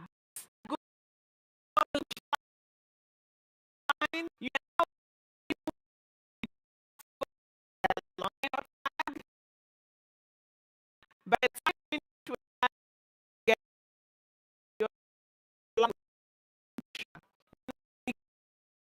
NEM, we have a lot. Thank you.